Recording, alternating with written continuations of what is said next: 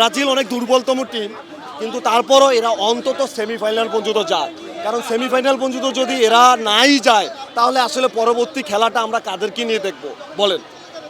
এই কারণেই আমরাও আজকে ব্রাজিলের পক্ষে ছিলাম এবং আমরা আল্লাহ করছি যেন আলজেরিয়ার মতো যারা ফিফা র্যাঙ্কিংয়ে 183তম এরকম একটা শক্তিশালী টিমের সাথে ব্রাজিলের মতো একটা দুর্বল টিমের কোনোভাবেই পরাজয় না ঘটে।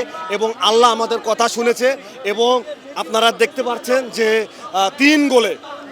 তিনটা গোলে এরকম একটা পরাশক্তিকে, একটা ফুটবলের পরাশক্তিকে ব্রাজিল হারিয়ে দিয়েছে। ব্রাজিল হারলে তো আমি একে কথা বলতে পারতাম না, ব্রাজিল হারলে অবশ্যই আমার কষ্ট লাগতো, খারাপ লাগতো, আর আমি শোক পালন করতাম, কালো গেঞ্জি পরে আসছি। এখন তো আমার ভালো লাগতেছে, আমি তো ইতিমধ্যে বলেছি যে সেমিফাইনাল পর্যন্ত আমরা ব্রাজিলকে চাই।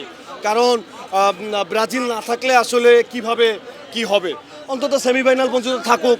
যখন বাড়ি যেতেই হবে, অনেক দূর পথ থেকে যখন ফিরে আসবে তখন ওই গন্তব্যটা, ওই পথটা তাদের কাছে আরও দীর্ঘ হবে।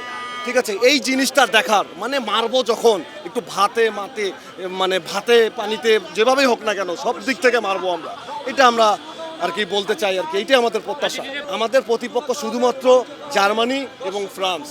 তো জার্মানিটাও আমি এখন পর্যন্ত বুঝতে পারি নাই, তবে ফ্রান্সের যে খেলার স্টাইল আর কি, লং থ্রো এবং প্রেস, ঠিক আছে, সেই দিক থেকে আমরা এখন পর্যন্ত প্রতিপক্ষ হিসেবে ফ্রান্স এবং জার্মানিকেই দেখতেছি। খবরের কাগজ, নিখাত, নির্ভীক, নিরপেক্ষ।